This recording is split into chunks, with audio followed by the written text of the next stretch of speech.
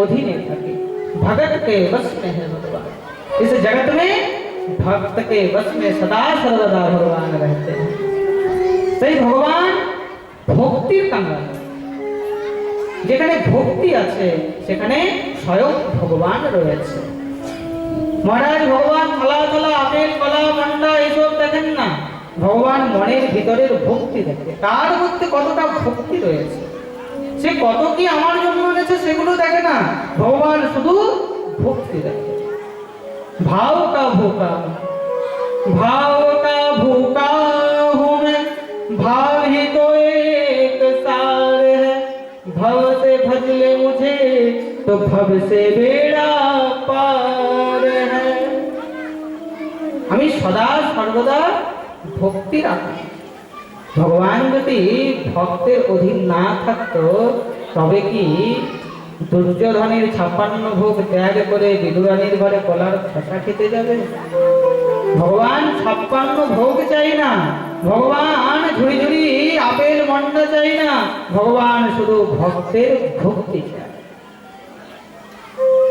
মা বিদুরানী যখন ভগবান এসেছে মা বিদুরানীর কাছে, বিদুরানী ভগবানকে দেখে এত মোহিত হয়ে গেছে যে ভগবানকে আমি কলা খাওয়াচ্ছি না কলা খসা খাওয়াচ্ছি তার কোনো মাথায় নেই।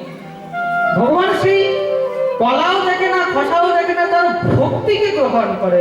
এই জন্য সর্বপ্রথম এই যে ভাগবতের মধ্যে বসে আছি, সর্বপ্রথম আমাদেরকে এই ভক্তিকে মহারানীকে দেখাতে হবে। যখনই ভক্তি মহারানী থেকে উঠবে তখনই স্বয়ং ভগবান দৌড়ে চলে আসবে। এই জন্য ভক্তিকে দেখাতে হবে। আর যেখানে মহারাজ ভক্তি নেই সেখানে কোনো কিছুই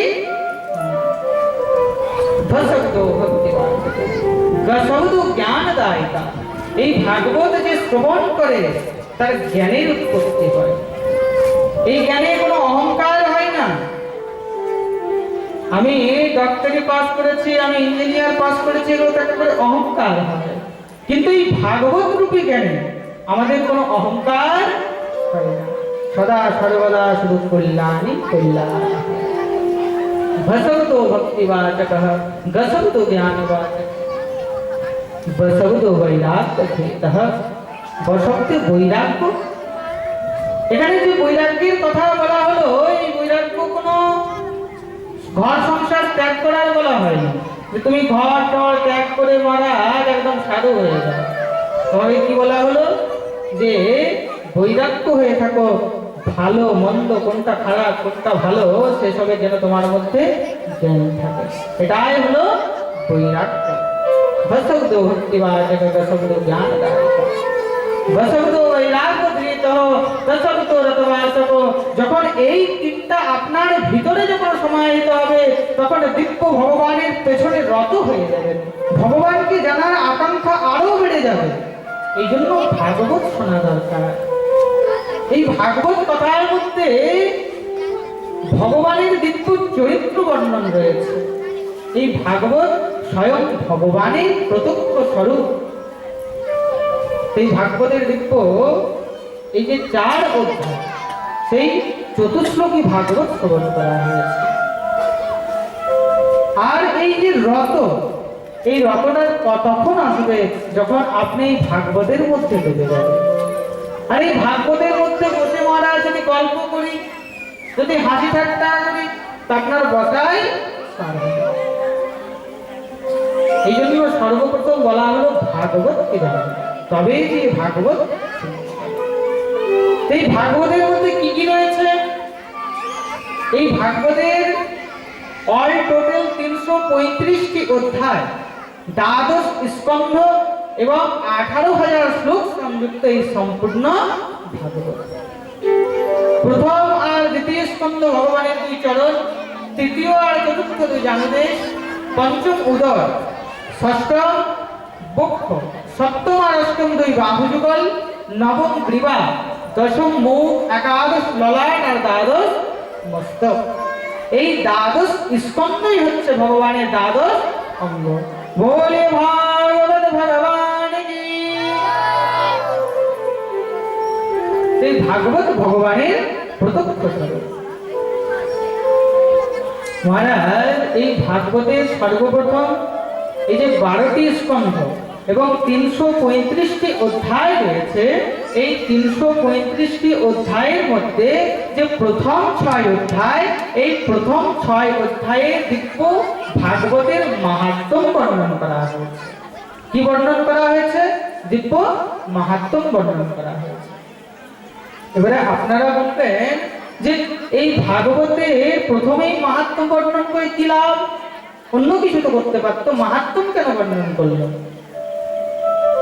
তার জন্য সর্বপ্রথম মাহাত্ম্য বর্ণন করলে কারণ কি? মায়েরা কে কে এখানে সিরিয়াল দেখে হাত তুলে দেখে?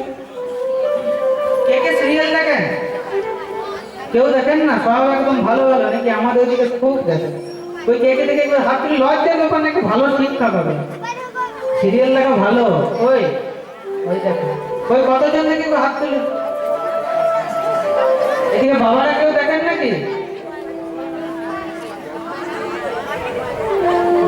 স্টার জলসা, জি বাংলা সবসময় ঢুকে আছে।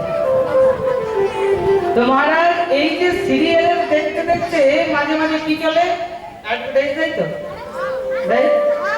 মায়েরা সিরিয়ালটা যত না ইন্টারেস্ট দিয়ে দেখে, অ্যাডভার্টাইজে যদি ক্রিমের অ্যাড দেয় আরো বেশি করে দেখে।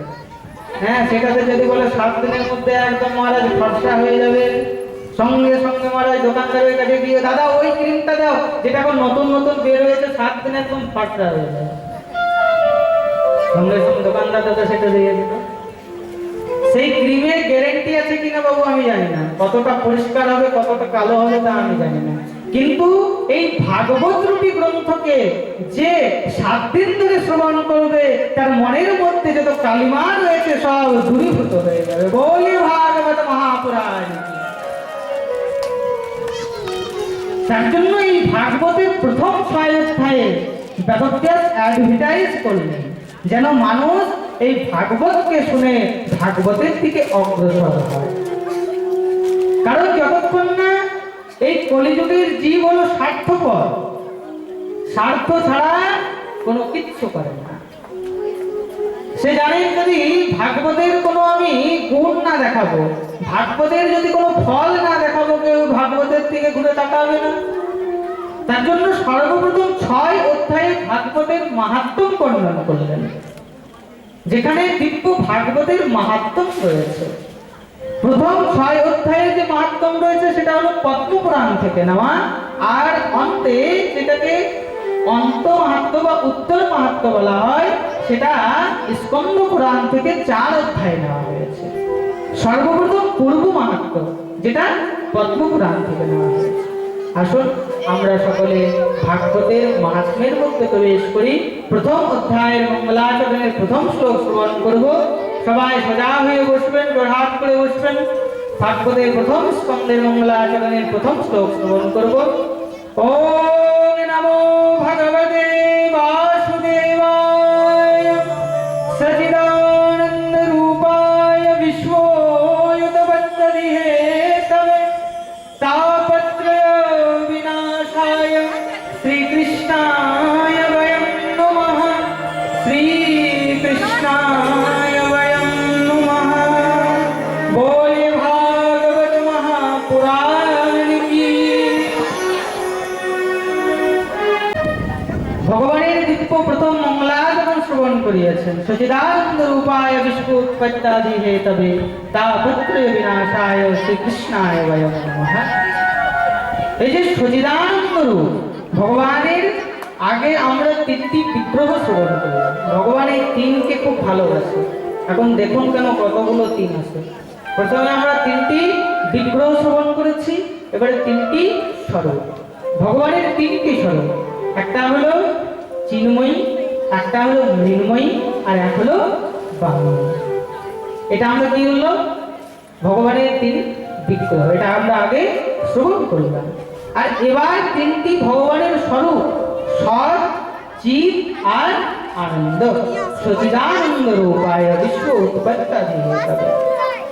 তো সচিদানন্দ রূপ কেন বলা হলো ভগবানকে? সৎ, চিৎ, আনন্দ। সর্বপ্রথম ভগবানকে সৎ বলা হলো। এই জগৎ সংসারে যদি কেউ সৎ আছে, কেউ যদি সত্য আছে, সেটা হলো স্বয়ং পরমেশ্বর ভগবান। আমরা কি কেউ এখানে সত্য রয়েছে বলুন তো? এখানে কে সত্য রয়েছে? আমরা মহারাজ আজ আছি, কাল থাকবো কিনা কোনো গ্যারেন্টি আছে? কোনো গ্যারেন্টি। আজ আছি, কিছুক্ষণ পর নাও থাকতে পারি। তো যতক্ষণ আছি ভগবান নাম করে যায়। তার জন্য এই যে সৎ, এই সৎ একমাত্র পরমেশ্বর ভগবান, যিনি আগেও ছিলেন, আজও আছেন এবং ভবিষ্যতেও থাকবেন। কিন্তু আমরা আজ আছি, কাল থাকবো কিনা তার কোনো गारंटी नहीं। इस जगत में कोई परमानेंट नहीं है। सभी 2 दिन के लिए आए हैं, सब आते हैं जाते हैं, बस अपना घर को जाना सबको। এই জন্য মহারাজ এই জগতে কেউ পার্মানেন্ট নয়, না আপনারা পার্মানেন্ট না আমি পার্মানেন্ট। সবাইকে এই জগৎ সংসার ত্যাগ করে যেতেই হবে। राधे राधे बोलने हेलो इतना धीरे से बोलने से होगा? जोर से